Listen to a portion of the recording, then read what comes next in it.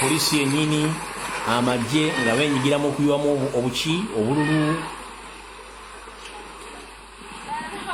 ogira be polisi yennyini weeri abatto commission n'abasajja ba state nga bayiwamu obululu obalaba baabo naye nga yafunye victory.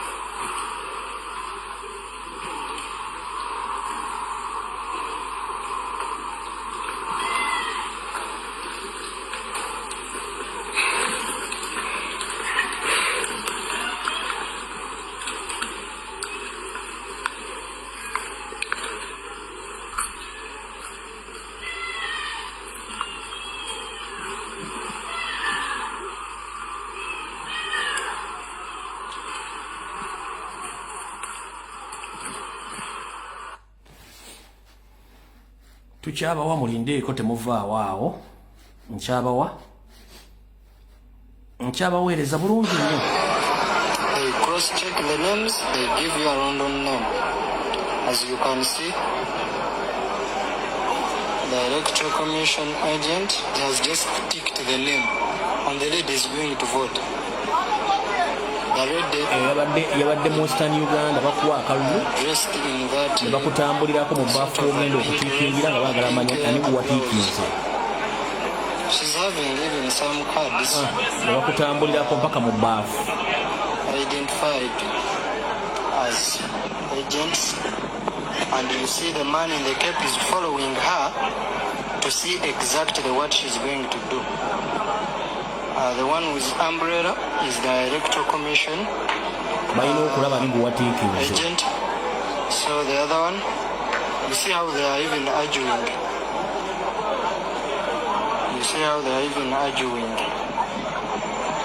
So she has picked the vote and proved to them that she has to take the vote, because if you look at the basin of voting, Western Uganda, she's not going to vote anything. She's just going to press the vote already in the box. You see, she didn't vote. She voted from this box. And if you can tell, this one, the one with the cap is the one influencing, and to see what the voter has to vote. Yes, as you can see. He has done with that, he's picked 7, and then he's now going to take for the area MP, and you see he has picked the ballot in even a long box, in a long basin, and he just went and pressed the vote in the box. Then you want to see has to vote for the area MP, and the competition is between Rita and Chibaj. Tukyabawa mulindeeko tukyabawa temuvaako. Tebaakomyeko okuba abantu nga batwala babasibanga abasiba embizzi oba ku muguwa. Kati si kyekikulu, ekikulu kyekirwa. Nabino ebikolobero babikoze ebyokukwata abantu okubaleepinga mu maka gaabwe. Amanyangamba bamenya okuyingira omwabadde okubakuba emigga emingi n'okwagala okubakabasanya. Ne bayuza essaati ne bamala ne bamukuba emiggongo katukube tukukube paka lw'onoogonda ne bamukuba ne basika abaana mu bisenge ne babakuba emigga emiyitirivu batuse ku kisenge kyange nga kisibe bwe bamaze ne babuuza kifunguo yiko wapi nakwata muwala wange n'amuyuza browse amabere ne gadda ebweru n'amugamba ngenda kurepinga amaaso ga maama wo ne bannyoko mpulirako eno mu kugulu naddala eno wansi ne mu bisambi mpulira nga kuzita okugulu kubanga buli wentambula mba mpulira obuzito bungi. Kigambibwa nti mu bulumbaganyi buno ebintu bya bukadde byayonooneddwa, ensimbi ne zibbibwa, nga n'abamu ku baana batwaliddwa abakulembeddemu embeera eno. Ennyumba yonna bagyonoonye, sente zange bazitutte, amasimu gonna bagatutte, abaana bange aba yunivasite laputopusi zaabwe zibaddeko waka zonna bazasaayasizza. Essaawa eno sirina bwe nzirukira. Akulira ebyo kati ate ekyasinza okubeera ekibi waliwo omusajja gwe balumbye mumaka ge, ebifaananyi si birungi byakulaga. Waliwo omusajja gwe balumbye mumaka ge, basanze akumye ekyoto kye bulungi atudde, bamuforcinga okulinnya mu muliro ogwo n'ogukwatamu, era omusajja ati yavudde ng'ebigere byonna biyidde bizimba. Ebifaananyi bino sobola bibalaga, ebifaananyi bino sobola bibalaga, bibi nnyo, azini bibi, tebyetaaga kulaba kuba ne video basobola ogisuspendinga. Naye kyemma nti abasajja bakoze effujjo lyonna. Ebifaananyi bino biteeka ku Facebook basobola obbijjayo, bibi ne byonna tujja bbiwa. International community ejja kubanga esobola okukola ki? Ejja kubanga esobola okubanga eraba ebintu ebyo byonna n'obutemu bwagenze mu maaso nga babukoze. Kamalo kendeeza wano ku inbox yange kubanga yala kuwa kati information eddako bulungi nnyo nga maze okkendeeza no mu inbox. Kati mbadde nkyabategeeza ku nsonga eyo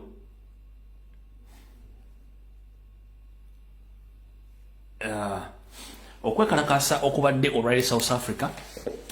TV enene South Africa reporting zenegamba a group of Ugandans in South Africa have rejected the recent election results, accusing the Electoral Commission of rigging. They held demonstration outside Uganda's Democratic Mission in Pretoria. Sabaka News reporting ndoza information yeyo gyemutegedde okwekalakasa okubadde South Africa leero.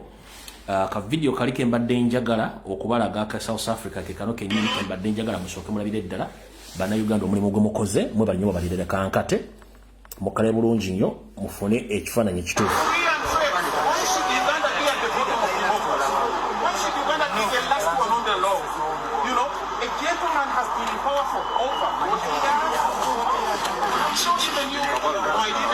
Since I was born, I've never seen any other president apart from him. This is a very, very serious problem. Look at these colleagues here behind me. Look at these colleagues. You know what jobs these guys do? These guys are into, you see these Deliveries. These are delivery guys, okay? These are guys who work in people's homes. That same money is getting taxed down. We have to make it When you send, they charge you. When it gets received, it still gets charged.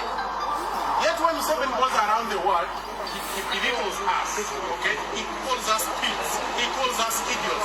While we the diaspora are contributing $3.5 billion to Uganda's GDP annually, right? If we can contribute to Uganda's economy $3.5 billion per year, why don't we have any respect from the leadership? Why don't we have any respect from the president? Why should we have a president who locks up his competitor? Why should we have a president who takes the military to Bobi Wine's house, kidnaps him, does everything here? As I speak to you right now, the home of our president is under siege by the military. Our deputy president from the west is nowhere to be found. Our deputy president from the north, Madame Zebriga, is nowhere to be found. Hundreds of our leaders are nowhere to be found. Millions and millions of people are in a melancholy mood. If Museveni won the election, why was there no one to celebrate? Why were there no celebrations on the streets? Said smart labor. As innocent. But we have to say big things to him, so you deliver the message to the big man. He's in Kampala eating a lot of meat and celebrating. You know, yeah? Business celebrating. What are they celebrating? The thousands of people they killed, the hundreds of people rotting in jails, the policy staffing that happened. Okay, the over 10 people that were killed at our first deputy president in Mutamba. Is that what they're celebrating? Or the billions of money that they used for biometric machines just to get function on the first day. How do you spend billions on biometric and then on voting they switch off the internet? Can you imagine? You buy biometric machines, you say the election is going to be the best, it's going to be transparent. And then on election day, you switch off the internet.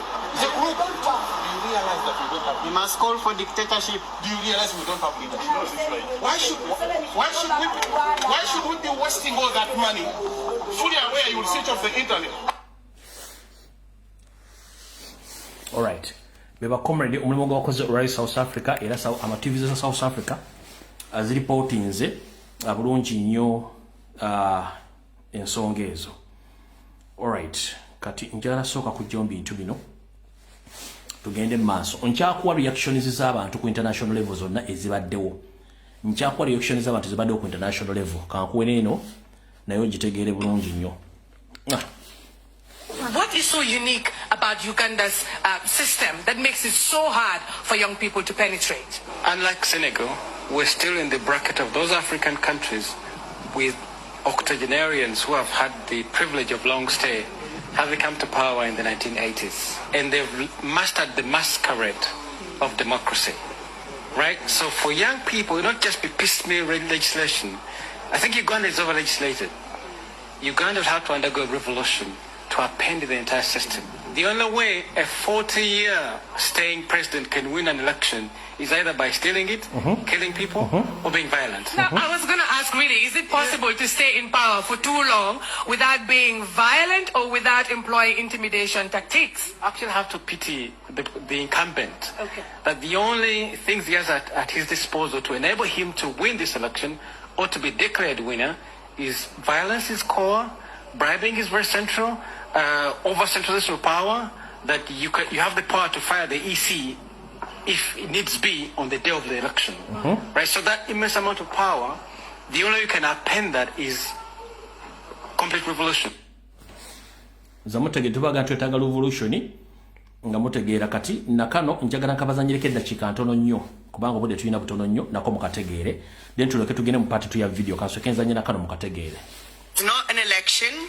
It was a premeditated power grab and a military coup against the sovereignty of the Ugandan people. Superintended for the benefit of dictator Yoweri Museveni, who grabbed power by the gun and so despises democracy that he once famously stated that he cannot be removed by a mere piece of paper. On January 15th, he transformed disdain for the people's will, as spelt out in the Ugandan constitution, into a criminal enterprise by using the ballot as a smokescreen to continue his brutal military occupation and family cabal. The 71.61% algorithm, a manufactured fiction. The announced results are the product of centralized forgery. We present the following evidence of a predetermined outcome. The impossible register.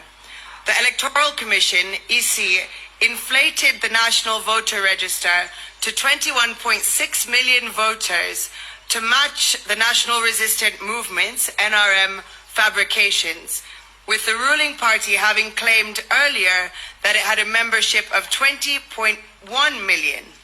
By this claim, the NRM membership register grew by over 100% from the 8 million members that were known as of the 2021 elections.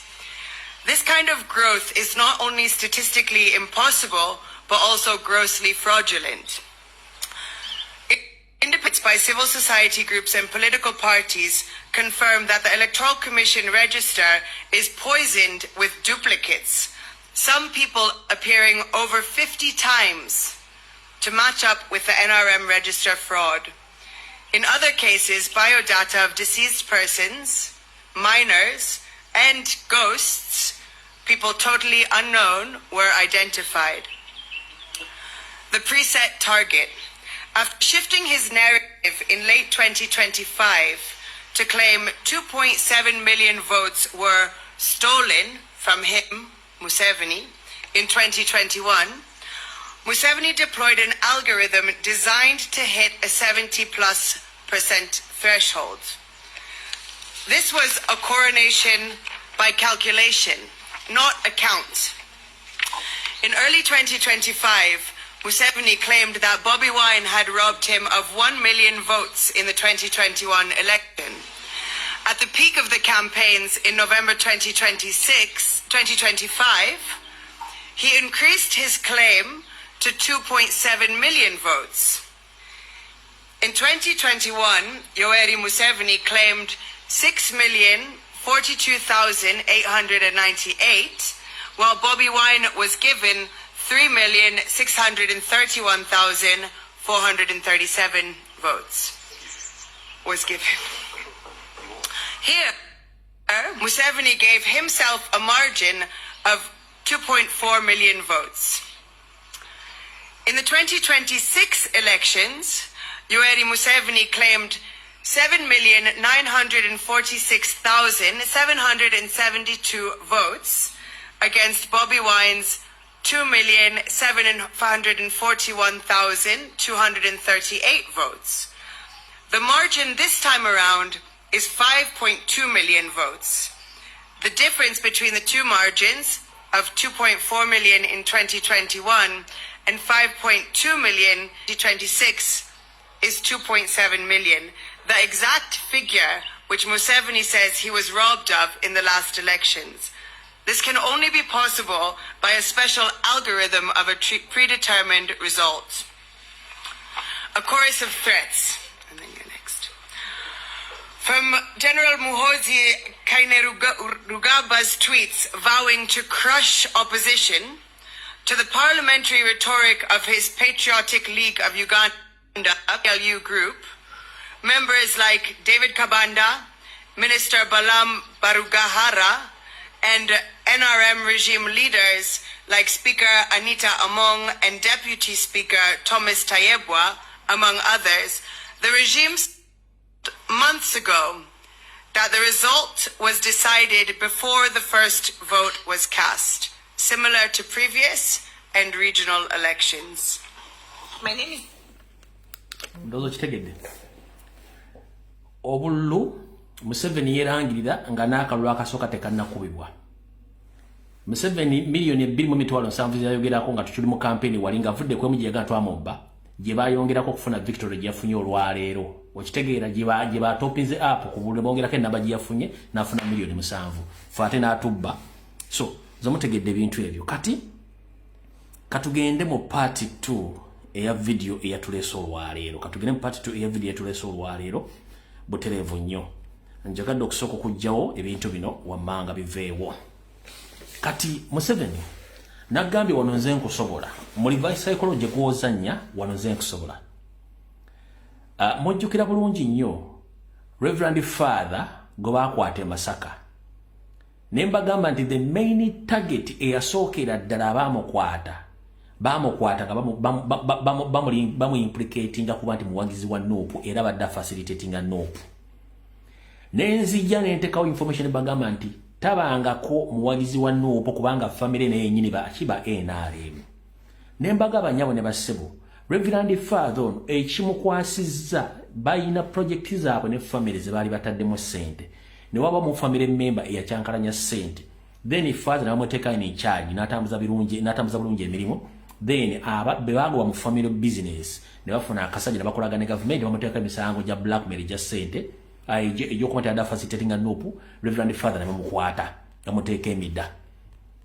Era charges bamuteka kuba bamuteka emisango gya money laundering. Bamuteka emisango gya money laundering nga tumaze omwabya. Nyando bwe yabadde akola statement nga ayogerako ne Banyarwanda banne. Jali ewuweri mu nyumba yaziika ko anko we Kaguta. Yagambye Father nti Father badde facilitating a national platform. Era kye kyamukwasizza. Nenga namwabyadde wano. Nabagamba kyangu nnyo okumanya Museveni kyagenda okukola ne kyagenda okuzzaako. Bw'oba omugoberedde bonna ne ttiimu yaabwe. Bali so easily to be predicted. Or very predictable. Mangu nnyo you can predict Museveni's move and his actions. Mwenna abaliwo nga wano ng'ambaga ebintu bya Father. Omusajja nywande yagambye nti Father abadde muyeekera era ng'akolaga ne Kyagulanyi ng'awa ssente. Jjukira nabaga nti balina kye baali bapulani okuteeka ku president nti muyeekera. Ye kennyini yakyeyogedde olunaku lwa jjo. ng'ayogerako ne banyarwanda banne abayina abamanya g'Abaganda nga bagenze okucelebratinga naye erwakitula. Ate nze mbalwamu bankabateera eno emabega, njala sooka kabateera mabega eno mukale bulungi nnyo. Njala mukawulirize, njala wulira bulungi obuyayi bw'ono omusajja ku myaka gye yagambye bw'ati. Bishop Jumba here, some days ago, we had arrested a priest in Masaka because he was involved with Kyagulanyi. They wanted me to release him. I said, no, can't release him. You can release him if they tell the truth and they stop. Because that our interest is not to punish. Our interest is that they must stop doing this and never do it again. So therefore, I'm really I want to salute the people of Uganda. It's not just the security forces who are maintaining peace, it is also the people, including the NUP member. Very many of them.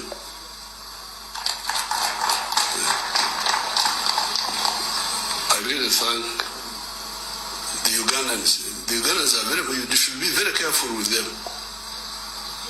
Yes, some of them have grievances, have this, have that, but once you go beyond certain stage, they will say, this one.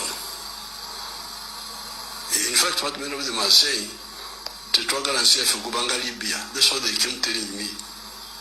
We don't want our country to be like Libya.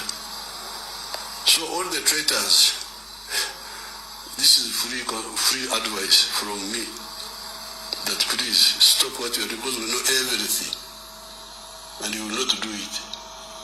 Either peacefully or unpeacefully, we shall maintain peace in Uganda. Now, in the coming Kisanja, ndowooza otegedde nti Museveni mwangu nnyo wa predictinga. Yagambye nti bamuwa information era agirina yakitegerako nti Reverend Father oyo abadde adiringa ne Kyagulanyi okufandinga obuyekera mu Uganda. Mbu bangi bamukubira amasimu amagamba omusumba musonyiwa omutwe n'agamba no, engeri gye nnyinza omutamu ng'omusumba avudde n'akonfesinga nti abadde akolagana ne Kyagulanyi. Kati bw'ayogera statement eyo nganza yamusoma aba akusindikira ekifaananyi nti essaawa yonna Reverend Father bali mu kunegotiatinga naye. Kyesimanyi nti Father anakkiriza ali mu kunegotiatinga ne Father akkirize nti abadde adiringa ne Kyagulanyi, then baleka ba pressing emisango ku Robert Kyagulanyi sentamu eky'obuyeekera. Ekyo kyayagala akugambye nti tasobola musonyiwa nga tamaze ku acceptinga nti yakola ensobi eyo era acceptinga mubuulire bandi be yadiringa nabo, then bwamala okukola ekyasobola omuta kubanga ye Museveni kyayagala ndoza mutegedde. Kyokka nga nabyogera ne mbaga nti Museveni bakozesa ekintu ekyo nga baagala kukola ki, nga baagala kuteeka misango gya buyeekera ku president. Kati wuyo avuddeyo akyogera ndoza mutegedde. Kati katugende mu part 2 eya video munansonyiwa okulandaga ennyo, mwenna njagala muteeka amatu wano bulungi nnyo. Ebisigadde tujja byogera naye njagala muteeka amatu wano olwaleero. Ngenda basomera ebintu bino nga mbyogera mu Luzungu mbiddamu ne mu Luganda okubitegeera obulungi. Kansonera tumugera kuntegeera bulungi. Malolo kendeeza ku jacket wakati mfunye ku Google. Mpowe badde nnyingi nnyo.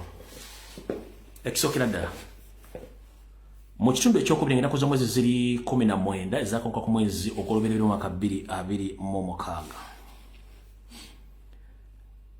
Okulonda mu Uganda tekukyalina makulu nga Museveni bwe yakuzula nti mu 2019 tekulina makulu n'akwata emmundu ye revolution gye yakozesa, system ya revolution gye yakozesa oba ya protest vote. Yamanya nti akalulu tekasobola mufunisa kyayagala. So naffe via revolution tulina okukola kye tulina okukola bwe mwalina kikola. Tolina kulinda mukulembeze yenna. Nkiddamu, never ever in your entire life to wait any leader to lead you. You have to proceed yourself to initiate whatever you think to protect your country and to protect that constitution. Don't wait any leader. Leaders are very easy to be buyable or to be controlled or to be predicted by the state. So you yourself, you have to initiate the revolution by yourself. Don't wait any leader. Temulida mukulembeze.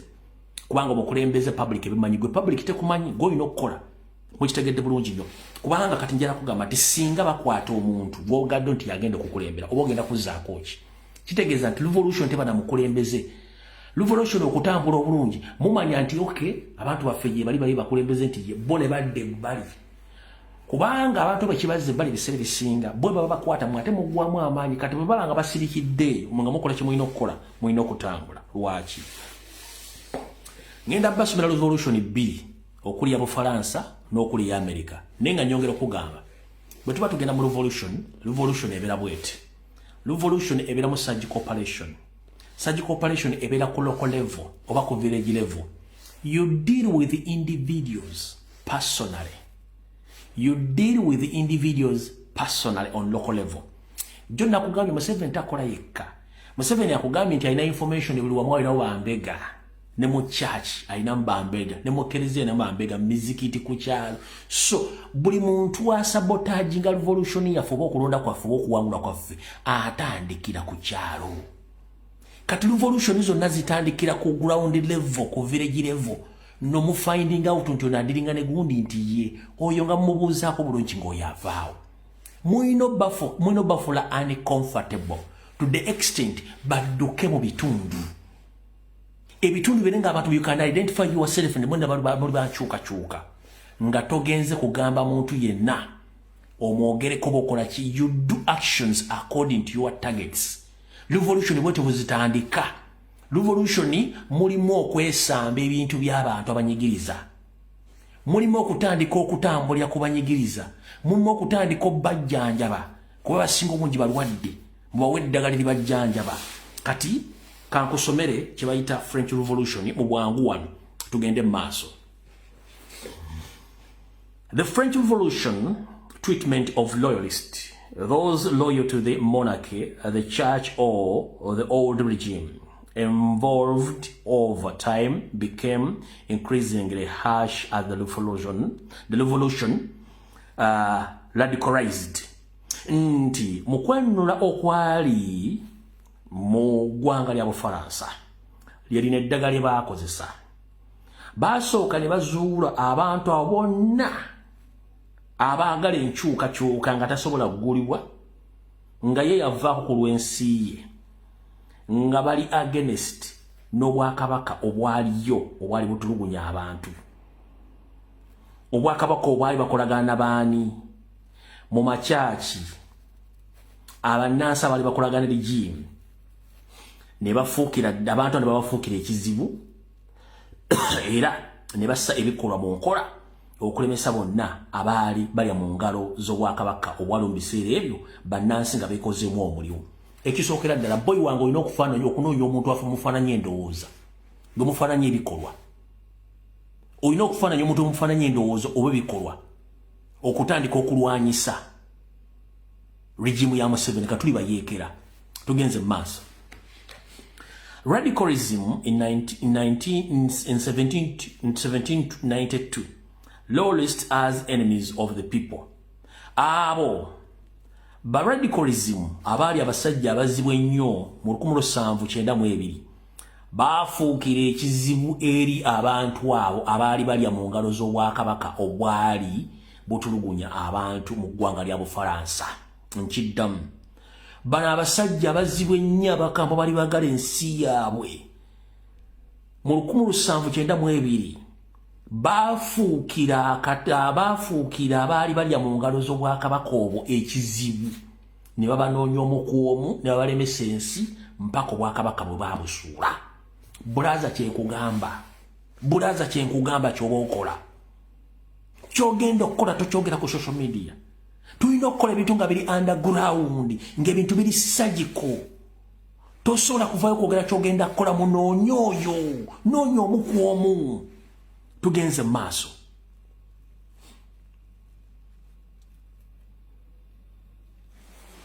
the fall of the monarchy in August 1792 marked the turning point okugwa kw'obwakabaka obwa Bufaransa mwezi ogw'omunaana 1792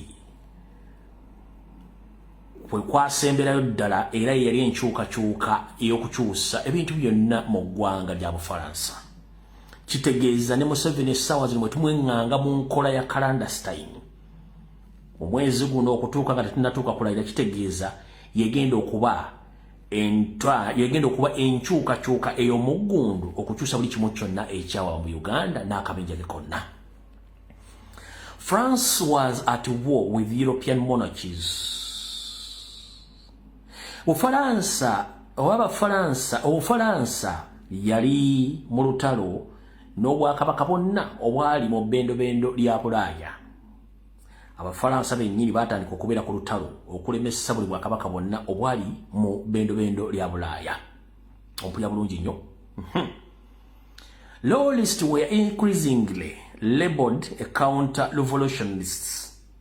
Nti abantu bonna abaali balya mu ngalo z'obwakabaka obwo baateekebwako emisango, baanoonyezebwa, naye era tebaapowa, baafuuka ekiro eky'entiisa nga balwanyisa bonna abaali balya mu ngalo z'obwakabaka obwo. September Massacre 1792 revolution crowds killed about 11,000 to 14,000 prisoners, many loyalists and clearly driven by fear of the internal enemies. Bakugambye mu mwezi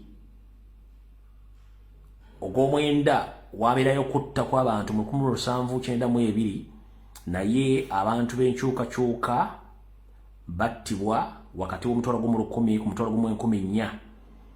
Abasibe abo battibwa naye nga bonna abaakikola be baali abantu abaali balyanga mu ngalo z'oyo yali mu bwakabaka ebiseera ebyo. Era ekyo baakikola okuteeka okutya mu bantu ba bulijjo, naye nga kino kyawa omuzinzi eri abo abaali balina omutima okulwanyisa abalabe baabwe okwetoola eggwanga lyonna. Era ebyavaamu mwabitegeera mu bisoma bulungi. Loyalists were treated as an existential threat. Bonna abaali balya mu ngalo z'obwakabaka obwo munnange baakolebwangako nga ebitagasa ebiremesa enkyukakyuka mu mbeera eyo. Tugenze maaso. Under the Committee of the Public Safety in France during that time, legal framework, law of suspects of 1793 allowed arrests of anyone suspected of loyalist sympathizers. Bakugambye n'etteeka lyateekebwangawo mu 1797 okukkiriza okukwata yenna asuubiriza nti yenyigira mu kulwanyisa ekyaliwo. Nakati bigenda mu maaso mu Uganda essaawa zino we twogerera. Revolutionist tributes repressed normal courts. Bano balaba kibayitiriddeko bo kennyini abaali baagala enkyukakyuka bennyini beeterawo ekkooti zaabwe ne baziteekawo nga gobakwata gwe bateeka mu kkooti nga bamuvunaana emisango gy'okulya mu Lusiya mu lukwe n'okwenyigira mu kutugunya abantu Obufalansa. Vogue definition of enemy of the revolution enabled mass arrests. Ekyo nakyo mukitegedde nti mu mbeera bw'etyo ebyayogerwa era ne bivuunulwa mu nkola y'okunoonya abalabe mu kukyusakyusa mu ggwanga eryo n'okujja obwakabaka obwali bufudde ekizibu eri abantu. Abantu bangi abaali balya mu ngalo baakwatibwa era ne basibwa balina okubeera. Eno yenkola eyakozesebwa. Methods used. Enkola eyakozesebwa. Execution. Around 16,000 and 17,000 executed by great stands of thousands more died in prison or summary killings, imprisonments of hundreds of the thousands of detainees, confiscation of properties of enemies and convicted loyalists, suspension of revolt, brutal campaigns, loyalist regimes or regions, EC, the Vendi, including the mass killing of civilians. Tugenda mass kubaka bwengati ngenda kudda buli kimu nizo tola budde bungi.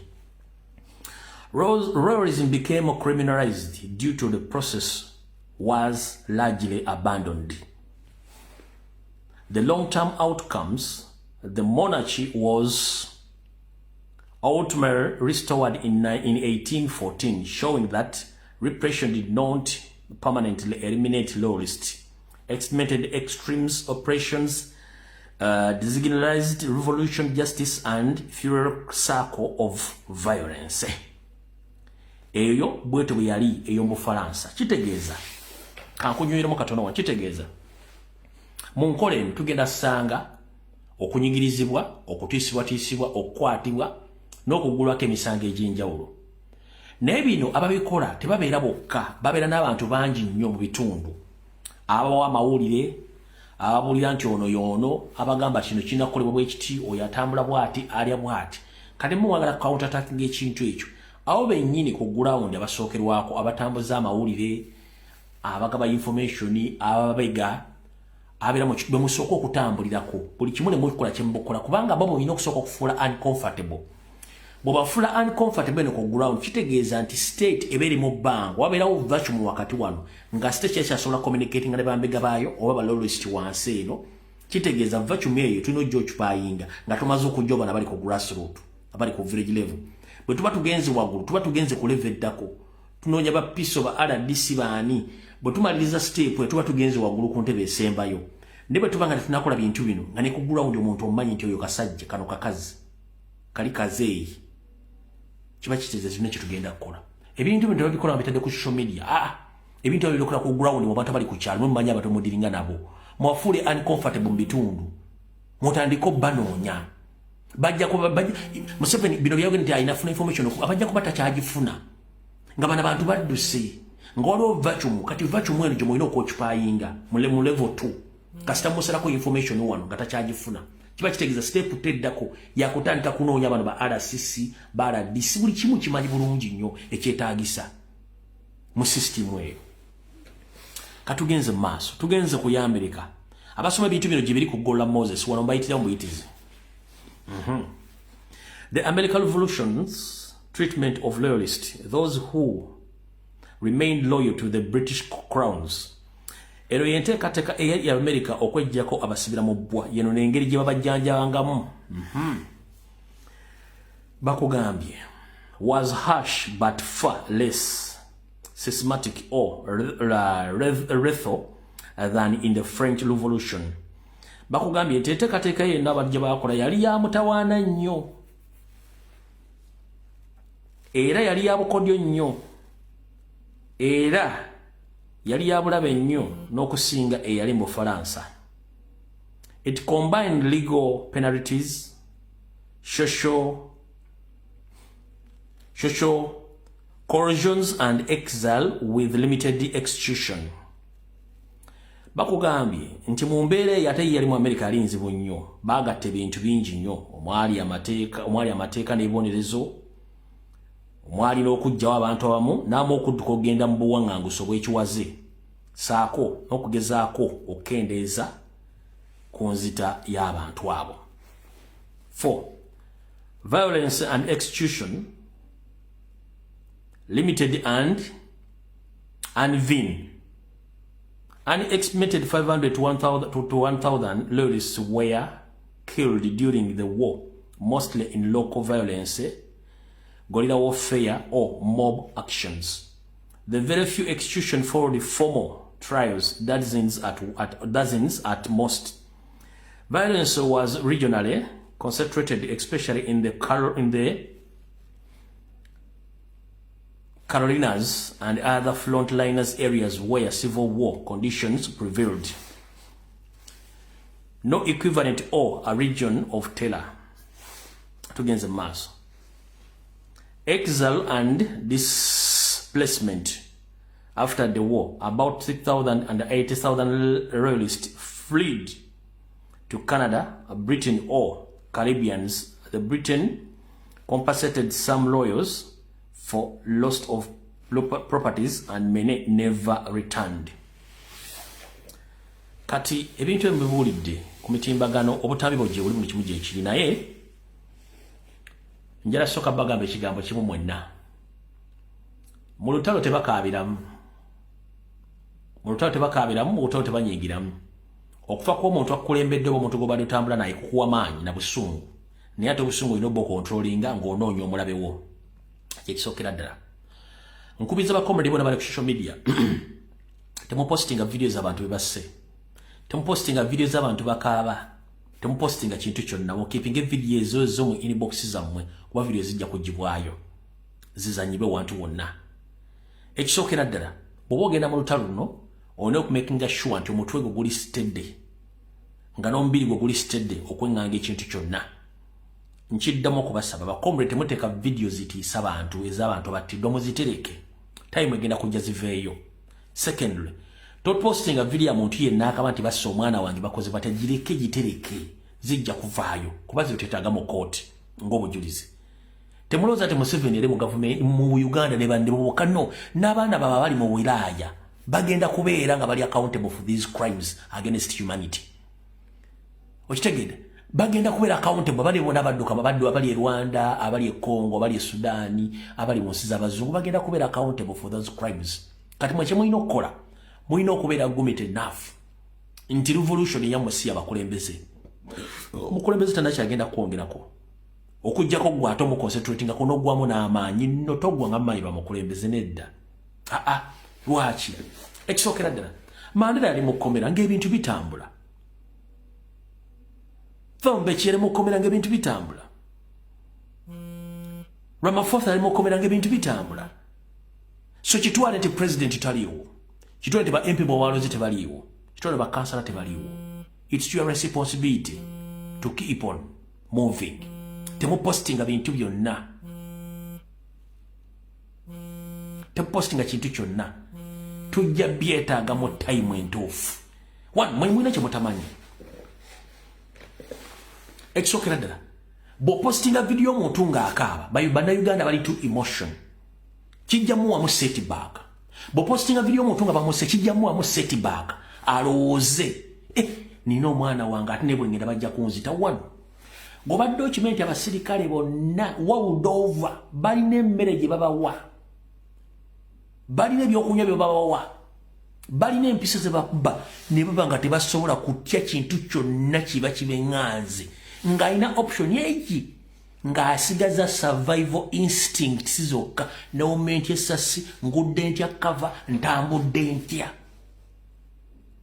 abasirikale lwaki kubanga naye botta omuntu botta musirikale monne afunamu okunyolwa kati okunyolwa okwo bw'abanga amaze okuteekebwamu ebintu biri kiba kitegeeza ono agenda bujjamu ojjemu dogutaaga agiteeke mu ngalo agiteeke mu mpale mwenna mulabye emizanyo emiwandiike ku TV okwo mweze muyita movies oba ze muyita movies nga bajjako ekijjiisako dogutaaga kuba nti agenda kujjukira nti komuladiwa ntwamuleka mu lutalo naye nga amaze omubuuka agenze kati muganda wange bw'opostinga omuntu nga bamumukubye essasi olina abantu bangi b'otiisa bw'opostinga omuntu ng'akaaba olina abantu bannayuganda balina feelings balinga nga zante bwe tuba tugenda mu revolution tolina kulaga kintu kyonna kijja bantu kibajja kukumulama kubateeka mu feelings nkyamu please temukikola don't do it social media mugifule active ng'ekondemi ng'ekomandinga bye tulina okukola fe video tuba nazo abasirikale waludde obabawa emmere ng'emmere gye babawa n'ebyokunywa bibawa confidence ne babakubye ekyali waamu ojjako bw'ojjadde ogutaaga n'agiteeka mu nsawo n'amuvinga on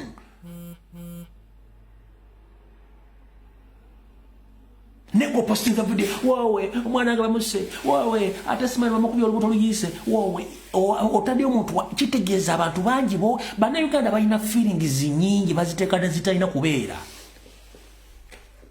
singa muna ategeera otanenge gyetululwanamu stay calm compose yourself wadde oyagala nnyo mwegendeze nnyo pages posting ebintu ebyo mwegendeze nnyo pages posting ebintu baba scaring off bantu eno message njagala egende mwenna ba elected MPs munoonye abaana bonna bali ku ground clandestinely muba facilitating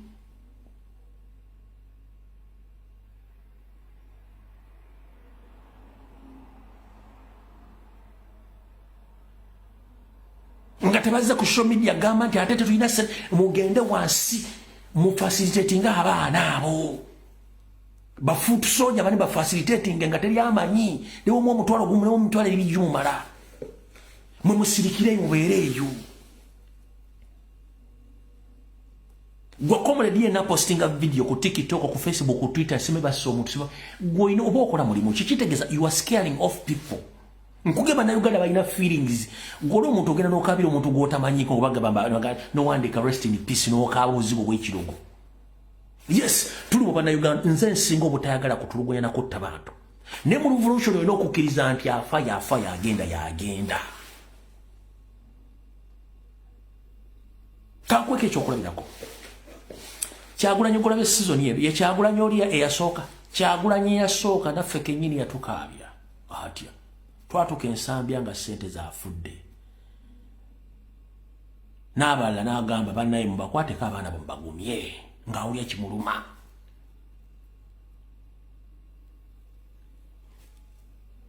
n'abalala bangi abaafa president ng'ali so emotional kati bwe nkugamba nti we have to improvise n'okukyuka president ono Kyagulanye wa season si oli yali too emotion namwe mwingala muve emotion ebifeeling bibaveemu nange nnumwa video nzifuna nze wano ku social media all over Uganda nze nsinga okufuna videos ezitiisa goloza lwaki abambadde temunantegeera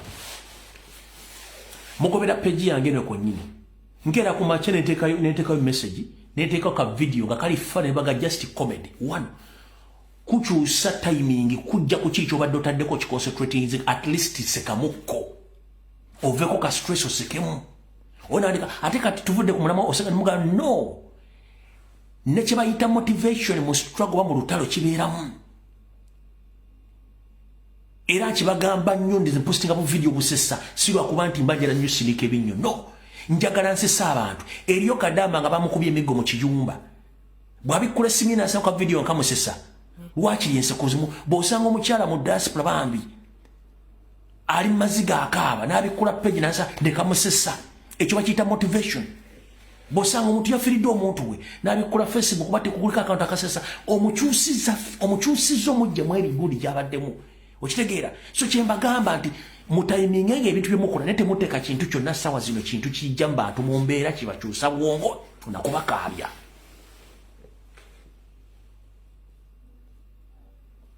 ngoza waki kifulugunyo yafa omusajja omuganda ye yali entertainer w'amagye mu nsiko ng'ayimba n'ennyimba ezitamanyikiddwa ezitategerekera nagundi na lirikisi zaazo ng'azina amazina azinira bamuseveni baani bonna wezi yafa yafiira ku kkubo naye nga eyo system ya Museveni gibeezaawo yali entertainer ne kagulupu kakaabalala nga bayimba to entertain the forces. That's why people sing during slavery abaddugavu okubeera nga abaddugavu basupasita mu nsi yonna baatukanga embeera ebayinze ne basala batandika okuyimba nga bakabya Mukama Katonda Mukama n'ababulesinga kyova mu nsi yonna abaddugavu basinga okuyimba kigenda mu jjiriza bwezityo kubanga okuyimba kukakkanya ebintu byogere bisisa bikakkanya kati neggo tosobola kuteekayo kintu olwo bamukubye amasasi yafudde bamuyiye ebyenda wowe simibiki zitereke time egenda tuka zigenda kuvaayo time egenda tuka zigenda kuva toteeka kintu kyonna kijja abantu kumulamwa na kubatiisa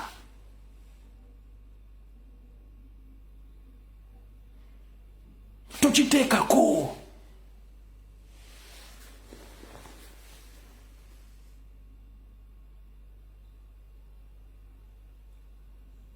kati kankubuulire dakika ziri mmeka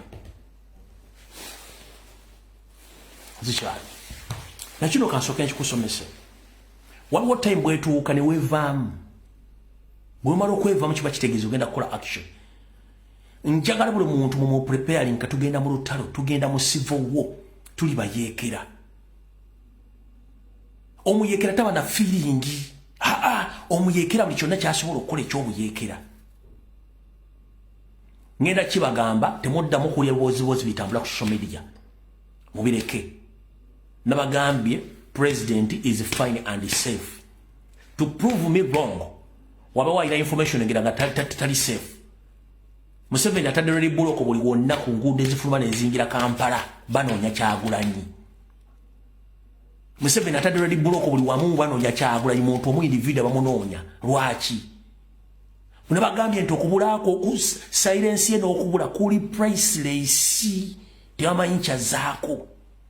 Kati gologo ga president bamuwambye, yes bamuwambye, kitwale ekyo. Twala kibamuwambye kitwale.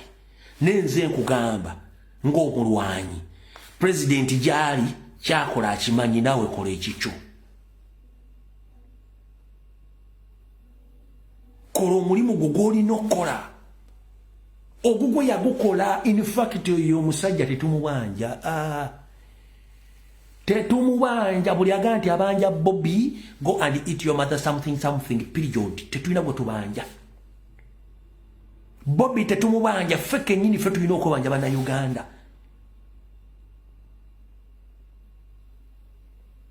He had played his role on all levels.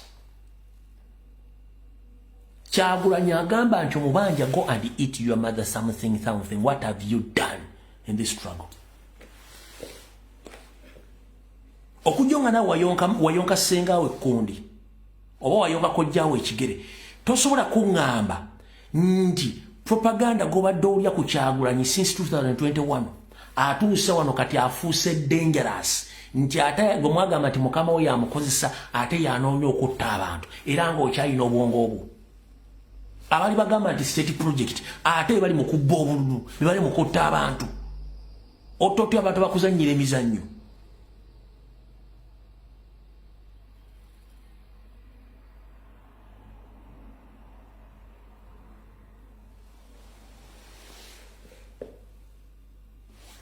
Omuntu yenna gw'osanga nga Kyagulanyi simanyi azaako, mugambe azaako nnyoko period bakitaawo. As simple as that. Gw'ozaako ki? Ozaako ki kyenkubuuza ggwe? Ye kyazaako almost kujjako ligimu kyeki kye gw'ozaako ki? Oyina amabeere abiri ne Kyagulanyi musajja. Egugwa gukoze gwokoze guli luddawa. Tosobola nagula kyamisana. Oli mukwayo olinga ng'embwa esala ekkonda, tosobola nagula kyamisana obuuza mbwa zaako kyokka ayamba gwe. Oli mu kadduuka ako litutunda ngatto, tomanyi Museveni agenda kubijjika emisolo gya milioni 5 n'engatto zisibe mu mpale otambule ogende ozitundire mu ddiiro lyo. Oli awo yayooya. Mbuuza mbwa zaako ki? Azaako nnyoko period. Ekyokubiri, buli agamba ky'oba oyagala ky'oba otwala, yes muwambe period. Nze nkugambye ekyange ali safe era ekiddako mujja kiraba. Kyekyo. Neggwe munnayuganda ozaako ki? Kyekibuuzo. Kubanga ye with or without Robert Kyagulanyi Ssentamu eggwanga lirina okukyuka. Ate alina okubeerawo nga mulamu. Ekikulu kya byonna kye mutannategeera nti Kyagulanyi alina okubeerawo nga mulamu by all means. Lwaki alina okubeerawo? Omutiisa Edduge bavuddeyo ne bakola press conference. Era amaliriza agamba nti Nuupu yeegasse ne NRM basuula bonna. Naye nga bolaba tulina ba state agents. So tembawabudde. Omutiisa Edduge muguleke gukole ebyagwo. Ffe tetufaayo. Ukitegeera bulungi kati njala kuga comrade yona gy'oli mu nsi yonna please. Kozesa obwongo bwo naawe bwe bakubba kiki ekikuleeta omuntu bw'akubba kiki ekikuleeta instincts okuba enduulu oba omubi oyo oba okuba engumi. Nkubuuza omuntu bw'akubbako essimu lwaki okuba enduulu oba omugoba emisinde omukube n'engumi? Lwaki? Those instincts ezikugira nga bakubbye. Those are the same instincts you should initiate in this process around. Please. Eyo embeera ekujgira ng'omubbi akubbi. Kamugobe, nkube enduulu, mukwate, mukube emigere muggyeko essimu yange. Gye embeera gy'oba oteekawo kati tugoba mubbi. Bye bikolwa by'oba olina okukola. Please tobaamu kintu kyonna kikujja ku mulamwa.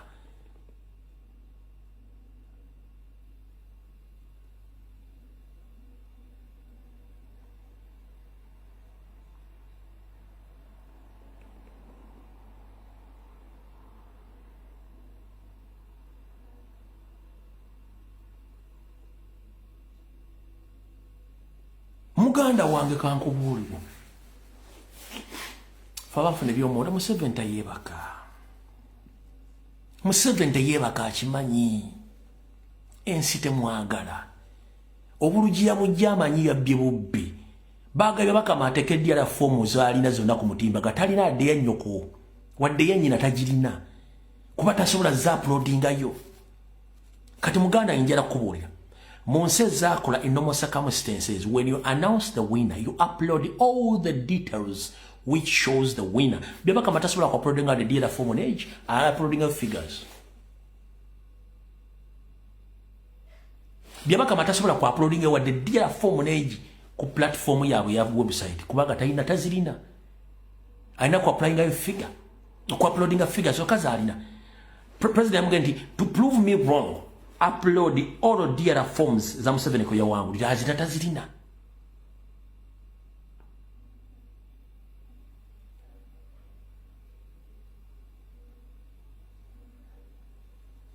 kuna cho inokora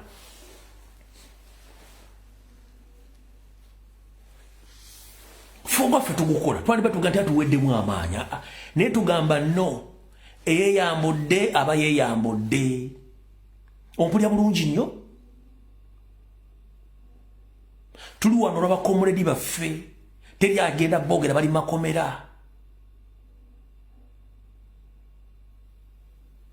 n'abalala bakyabawamba abatuta si bannayuganda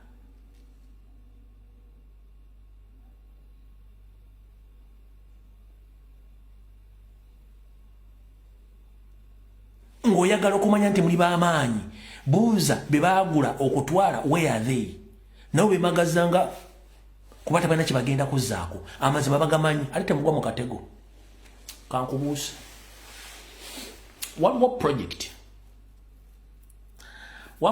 project yaba NRM leaning bloggers ba TikTok batandise ekiboozibozi mu Museveni yabbye obululu ekyo ekiboozibozi kya advance psychology kubanga pressure eri ku Museveni mulaga nti yabbye tayina proper results kati basindise ba YouTube ba blogger ba TikTok batandike ekiboozibozi mbu bakoneminga nti akaluba akabbye mu advance psychology omulimba bagwejjeko bakulekedde bano ba influencer batambuze ekiboozibozi kati mmwe mutandika okugamba olaba n'aba bavuddemu kitegeeza babbye kati ekintu ekyo psychologically bakusindikira abo bennyini bakonde emiga akalunga bakabbye mmwe abadde balina okutwalaganya ekintu kino n'abantu bennyini bavuddeyo kati naffe katuddeko ebbali kabatwalaganya oli musiru psychological tokitegeera nti basindisa abantu bakola ekintu ekyo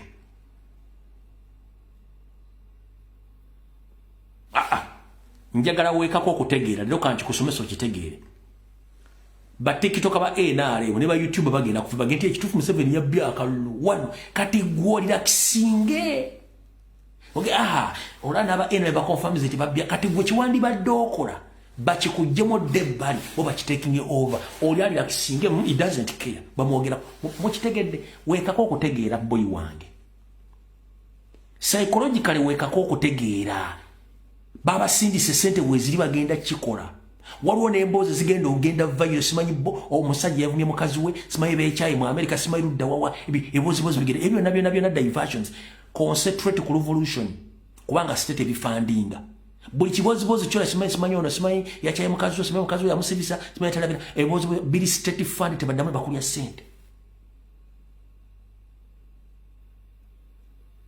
okitegedde bulungi nnyo so eyo project bagitandise mugira bulungi nnyo temugeza ne mugigwamu kati gobono nawe bagenti naba NRM bade bajiwagira bagenti yabbye akalo kati gwe bwe bakusindikamu abo kati psychological gobodde baga katufunye n'abatu supporting aba NRM bogende babbye akalo govemu nenga bali bagira basayininga voucher olw'ekintu ekyo kwecho batotaligende bali bakibatambuza era mugenda kuli ebiboozibozi ku diversion Kenzo teyatusasudde bebe kulu teyatusasudde fe aba twatu mugenda ebiboozibozi bigenda kujja temugenda mu diversion zezo mugenda biule mugenda kuli anti bebe kulu teyatusasudde fe Kenzo teyatusasudde fe ba comedians tebatuwadde sente bazibawadde era zaabaddewo wabula bagenda kikozesanga okwagala okukola ki okubajja ku mulamwa mukitegedde bulungi nnyo so mubeere careful nnyo ku nsonga ezo nga nfundikira buno baka bwe mbasindikira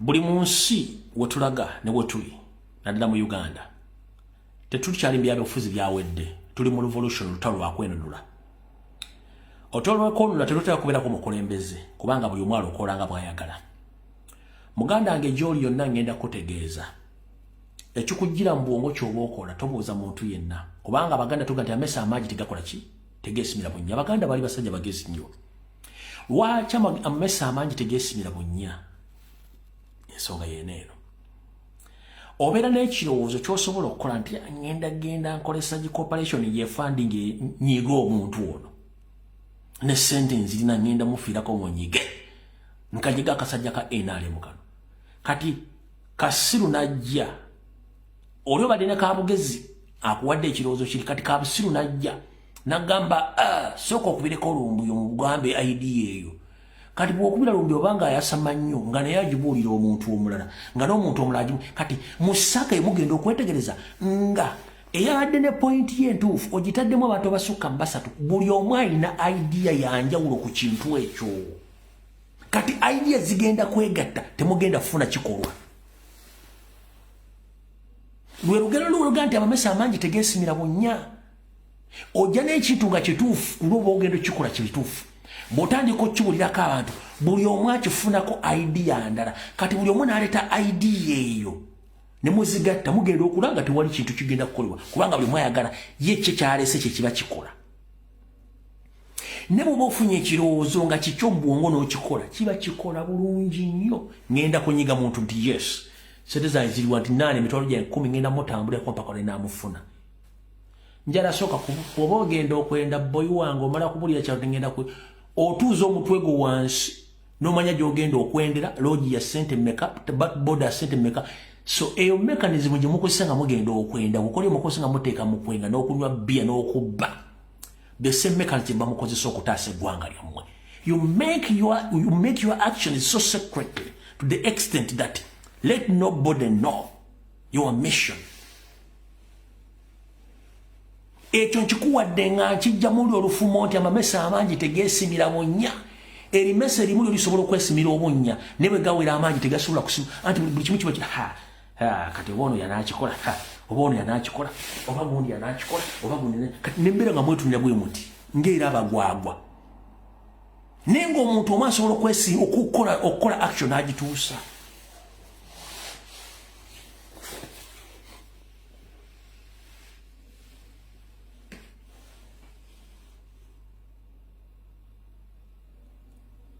mwalonze milioni almost 10 ne muwa president akalu mungaba botya milioni 10 temusobola kuva buli muntu nga alina ideology ye esobola okunyiga buli kasajja kosanze ku kubo gwe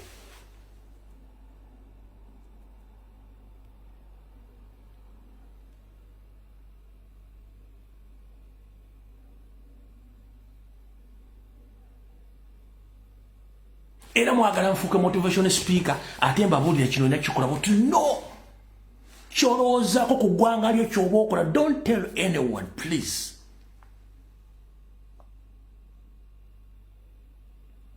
kyolina okukola kikole nga gwe omuntu tolinda president kuba taliiwo kitwale taliiwo kitwale tatawo muntu afudde olina okutambuza famire yo nyoka afudde mulina okutambuza famire golowooza tatawo afa famire mwena mufiira bwe baziikala mu kofini that kind of nonsense mugikomya tata nga afudde ensi ekomye wano ffenna batuziike lumu no taata alina olulimi lwagenze maama afudde alina olulimi ffenna musituke mutambule that's the system obulamu bulina okugenda mu maaso uganda lina okugenda mu maaso tulina okukola bye tulina okukola with time mubikole tolinda temuddamu okuvuma ba mp mubaleke kubanga tebalina kye bagenda tukolera bafunyidde emirimu gyabwe